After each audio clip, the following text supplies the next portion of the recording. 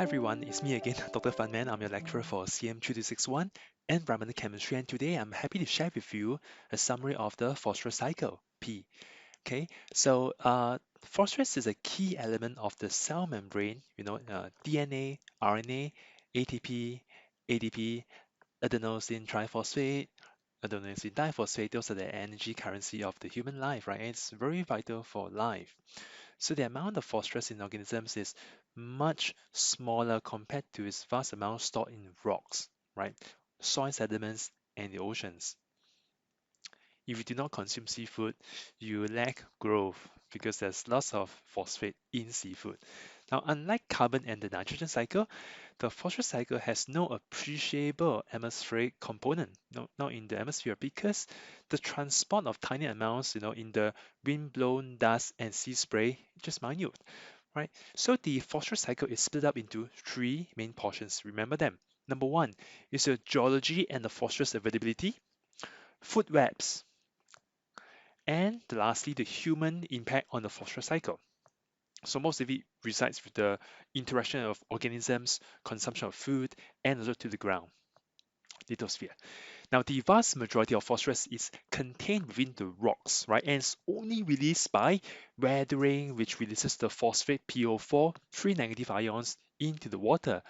The phosphate dissolve in the lakes or in the oceans, right? They precipitate in the solid form, like normally white precipitate there, like solid, insoluble salt there. They settle to the bottom because of the high density and then re-enters the lithosphere phosphorus reservoir in the sediments, right?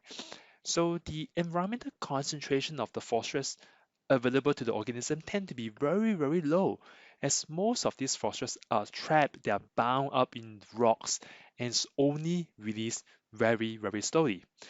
And because of this scarcity of phosphorus, it explains why phosphorus is frequently a limiting factor for plant growth, right? Plant needs three key elements for growth: potassium, phosphorus, and nitrogen. But phosphorus is the key limiting factor for their growth.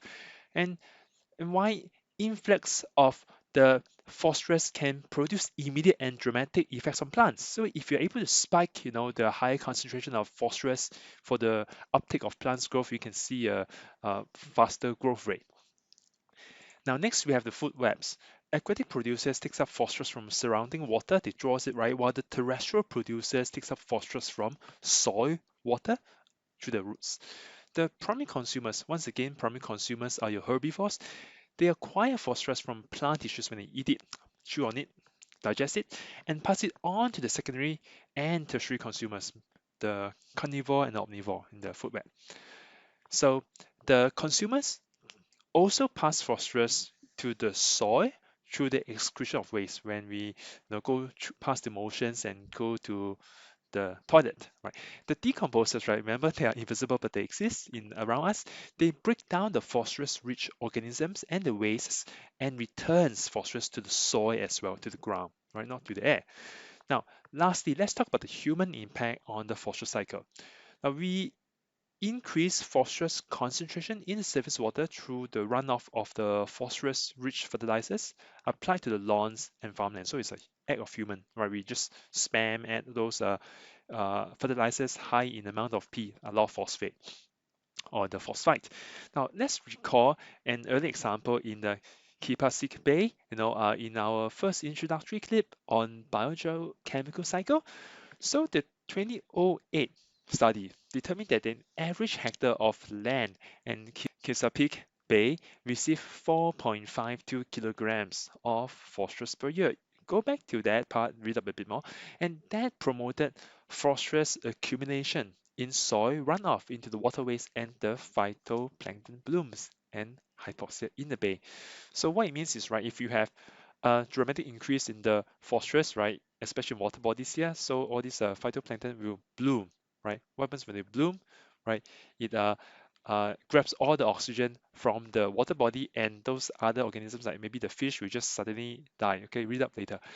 So phosphorus is added to the waterways through the release of treated wastewater rich in phosphate from the domestic use of the phosphate detergents, right? Because phosphate is a very good buffer system. You can find in a lot of hand wash, uh, detergents, right? So that will also generate some phosphorus being found in water. Now, and I would like to conclude, this is the end of the phosphorus cycle, and hope you enjoy this class. Cheers.